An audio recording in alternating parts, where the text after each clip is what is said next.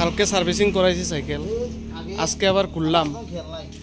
ঘটনা হয়েছে মানে টায়ারটা পাল্টাইছিলাম ধর্মনগর। এটা আমি ধর্মনগরের বদনাম করি আর না, তো কইতাছি টায়ারটা পাল্টাইছিলাম।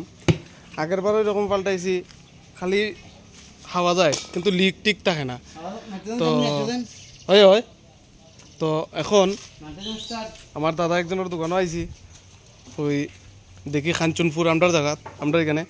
তো আবার টায়ারটা খুলিয়া ফিটিং করাইতেছি। তো ফিটিং করাইয়া দেখি এইবার কিতা হয়। এইটা আমি দেখছি লিক টিক না, এটা সাইডের দিকে রাউন্ড দিকে খালি ফার্ম যায়।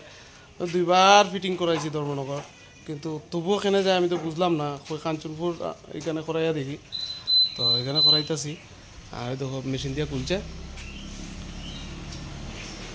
আজকে বিকালবেলা যাইতাম ধর্মনগর, তো ভাবলাম টায়ারটাও ঠিক করে লাই। কালকে সার্ভিসিং করছি যখন, আজকে টায়ারটাও ঠিক করে লাই।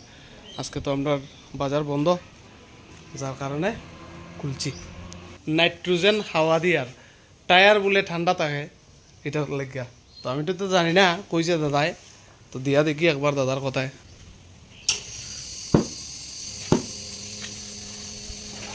ঠাকুর ঠাকুর করিয়া এইবার যদি ঠিকঠাক থাকে তাইলে একটু শান্তি পাইমু আর কি।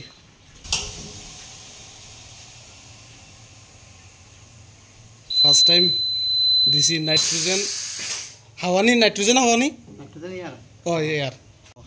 আগে এদিকে এই রাউন্ড দিকে যাইতো, এখন একদম যায় না।